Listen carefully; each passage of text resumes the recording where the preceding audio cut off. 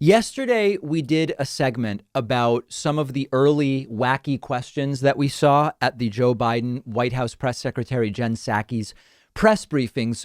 These questions overwhelmingly coming from Peter Doocy, a reporter at Fox News, who apparently now is part of the White House press corps. And we played some of those stories yesterday.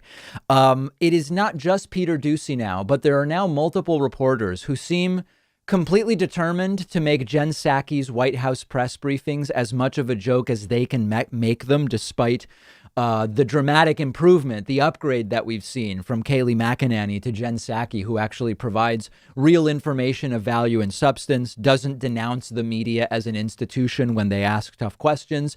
So I have more of these. We're going to look at some Peter Doocy clips from yesterday and other reporters. Here's a hypothetical from Peter Doocy. What if the Senate can't do impeachment of Trump and something else at the same time? Another question. The president says that he hopes that the Senate leadership can continue, can do the Senate impeachment trial while working on the people's business. What if they can't? Well, as president, you always have to be hopeful, of course. That's a completely absurd hypothetical that, again, doesn't even involve Biden. Peter Doocy and other right-wing reporters determined to say to Jen Psaki and to Joe Biden and others, shouldn't you intervene in the Senate impeachment trial and either say to do this or to do that or to not do this? Again, Joe Biden should have no involvement whatsoever in the Senate impeachment trial. He shouldn't tell any senator on the Republican or Democratic side to do something or not to do something. He should simply not be involved in any way. And that is going to be, hopefully, the continued response from Jen Psaki and from Joe Biden. Peter Doocy then with another question.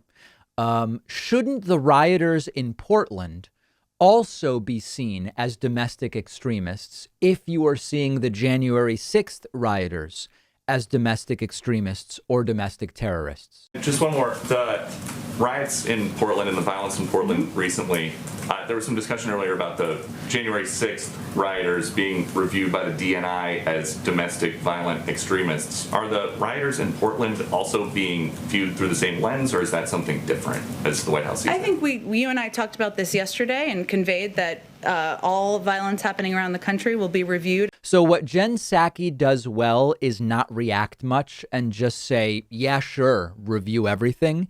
She could say, well, hold on a second, Peter. What we had on January 6th was X incited by the then sitting president of the United States. What we've seen in Portland is something very, don't even get into it. Just tell him we're going to look at everything and review everything. Yeah, sure. Why not? Because that he wants to get a reaction from her, and she does a good job there of not giving him one. Here he asks, and again, this is it's the same hypotheticals. Is Joe Biden supportive of Florida hosting the Olympics if Japan backs out due to coronavirus fears? There is a report now that the chief financial officer of Florida has sent a letter to the International Olympic Committee that Florida would like to host the Olympics if Japan next year is uncomfortable because of the pandemic. Is a Florida Olympics in 2021 something you can see the White House supporting? Wow, well, that's a lot of steps that need to take place. And I don't know the entire process of the Olympics, but I would certainly send you to the U.S. Olympic Committee and the International Olympic Committee first on what their assessment of that offer is. And certainly, of course, what their assessment is of Japan's preparedness for the Olympics. This is, he might as well go to my type of question. Jen, does the Biden administration believe that a taco is a type of pizza? Is an empanada a Latin American calzone from the perspective of the Biden administration?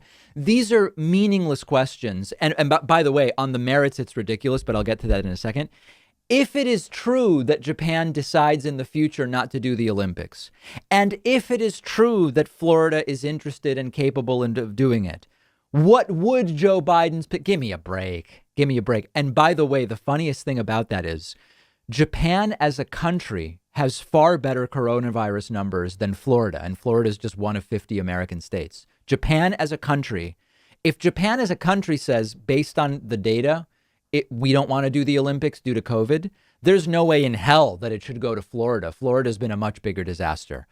Okay, another reporter jumps in and asks, what is Joe Biden's position on Donald Trump endorsing Sarah Huckabee Sanders in the Republican Arkansas gubernatorial primary of 2022? Yeah, you might be wondering why would Joe Biden take a position on that?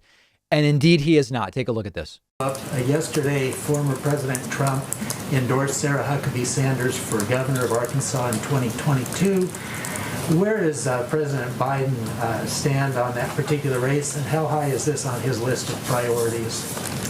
Wow, how high is the Arkansas Republican gubernatorial primary on the president's list of priorities? Not high. I can confirm for you, I'm not running for governor of Connecticut in the future, so I'm here to confirm that for you as well. These are just completely farcical questions, and we'll talk a little bit later in the show about Sarah Huckabee Sanders' gubernatorial run. Here is one more back to Peter Doocy asking Joe Biden, what did you talk to Vladimir Putin about? And Biden handles this perfectly and says, we talked about you, Peter.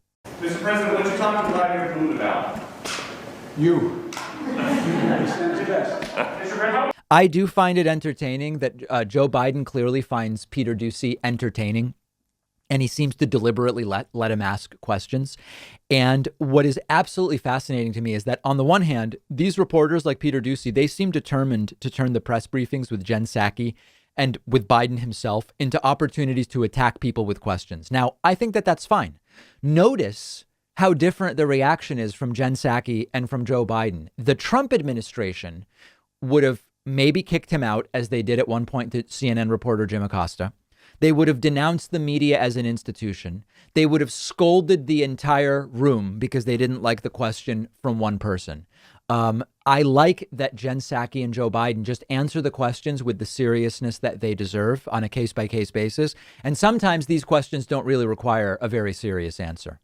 One of our sponsors is Hydrant, which is a delicious fruit drink powder that you mix into water for rehydration. And they're giving you 25% off your first order. It's made with 4 key electrolytes that the body needs, powerfully supporting your hydration. Hydrant tastes great. It's made with real fruit juice. It's been a great part of my daily routine for a while now. Keeping myself hydrated puts me in a better mood. The body needs hydration for basic energy and focus, and Hydrant is the perfect way to rehydrate, especially because it's cost effective and lower in sugar compared to all of those popular sports drinks that are out there. You really have to try it for yourself to see what I mean. It tastes great. They also have a variety called Hydrant Immunity, packed with vitamins A, B, C, and D, which is also very much worth trying. Hydrant has a full refund guarantee if you're not satisfied, and you'll get 25% off your first order when you go to drinkhydrant.com/Pakman, or just enter the code Pakman at checkout. I've put the link right underneath this video.